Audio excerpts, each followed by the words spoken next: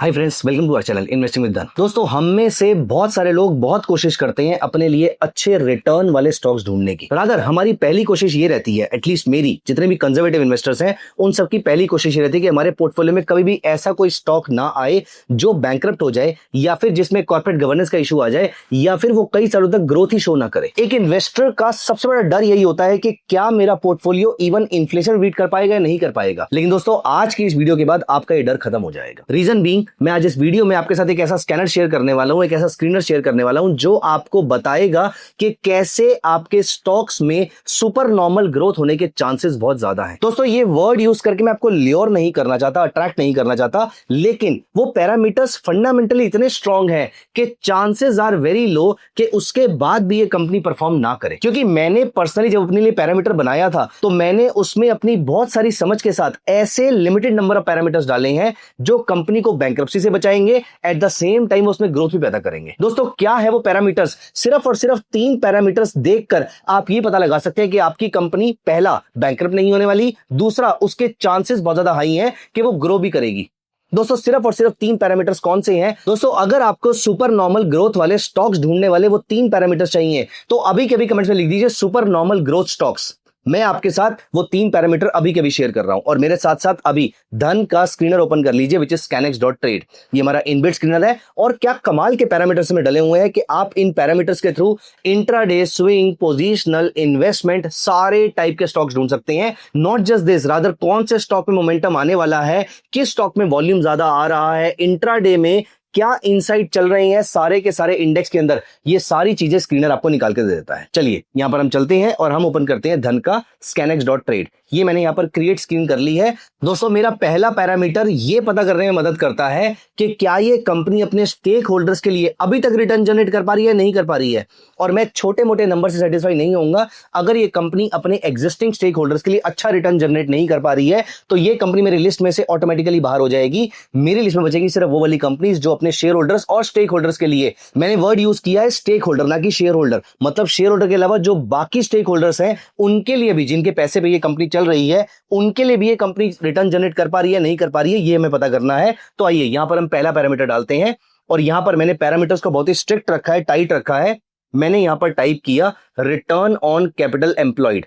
दोस्तों, ROCE कितना है इस कंपनी का? मुझे चाहिए कम से कम 30% ROCE। मुझे सिर्फ ऐसी कंपनी चाहिए जो अपने स्टेक होल्डर्स के लिए इक्विटी प्लस डेट होल्डर दोनों को मिला के कम से कम 30% का रिटर्न जनरेट कर पा रही हो। दोस्तों, आप देखकर हैरान हो जाएंगे, 2700 में से सिर्फ और सिर्फ 300 कंपनीज, दोस्तों सिर्फ 10% कंपनीज ऐसी हैं जो अपने स्टेक होल्डर्स को कंटिन्यूअसली लंबे पीरियड से अच्छे से खुश कर पा रही हैं। देखिए, 10% कंपनीज आपके सामने आ जाती हैं, सिर्फ और सिर्फ 300 कंपनीज ऐसी हैं जिनका ROCE 30% से ऊपर है। लेकिन यह भी तो हो सकता है कि ये ROCE सिर्फ अभी लेटेस्ट वाली बैलेंस शीट का है। ऑब्वियसली लेटेस्ट वाली बैलेंस शीट का ही है, लेकिन what if last to last year उसने ऐसा कोई रिटर्न जनरेट ही ना किया हो।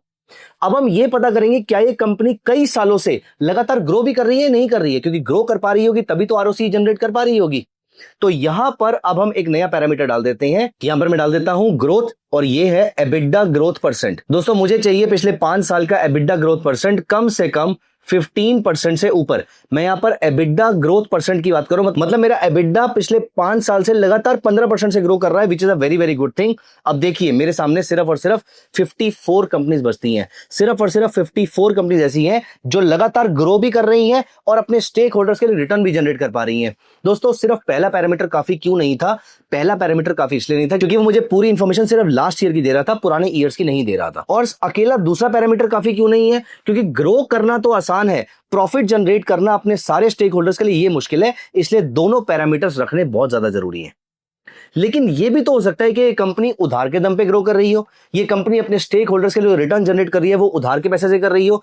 क्या उधार खराब है? नहीं, उधार खराब नहीं है। हम होम लोन लेते हैं, वो भी खराब नहीं है। हम कार लोन लेते हैं, वो भी उतना बुरा नहीं है। एजुकेशन लोन तो बहुत अच्छी चीज होती है। लेकिन अगर आप लोन लेकर ग्रो कर रही हैं तो प्रॉब्लम यह है कि जब कभी भी इकोनॉमिक साइकिल चेंज होगी, for example as an individual अगर हमारी नौकरी जाएगी तो यही लोन हमारे लिए बहुत खराब हो जाएंगे।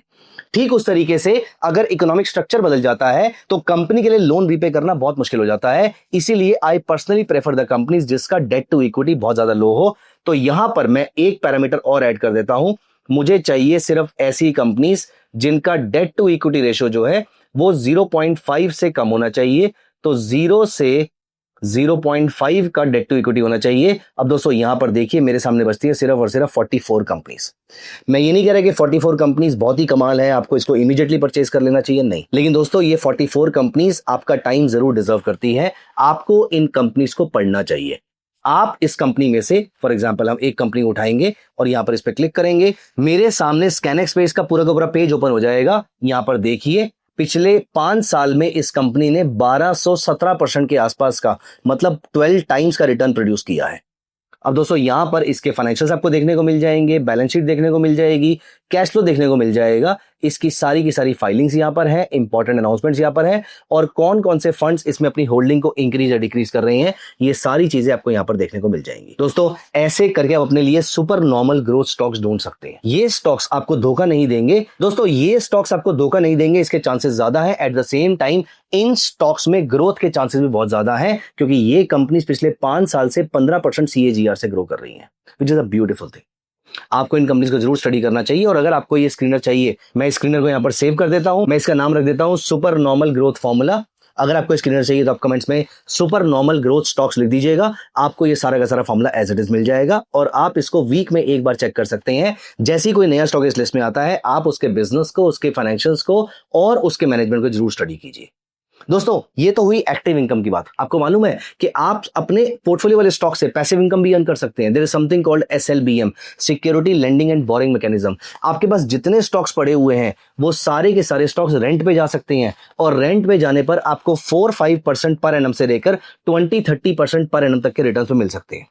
There are some people who want to borrow your stocks, जबकि आपके स्टॉक्स यहां पर आइडल पड़े हुए हैं। दोस्तों ये SLBM मैकेनिज्म के थ्रू, जो सिर्फ धन प्लेटफॉर्म पे अवेलेबल है, आप यहां से अपने स्टॉक्स पे रेंटल इनकम कमा सकते हैं। अगर आपको इसके बारे में और इन्फॉर्मेशन चाहिए तो आप कमेंट्स में SLBM लिख दीजिए, हम बहुत जल्दी इसके ऊपर एक वीडियो लेकर आएंगे।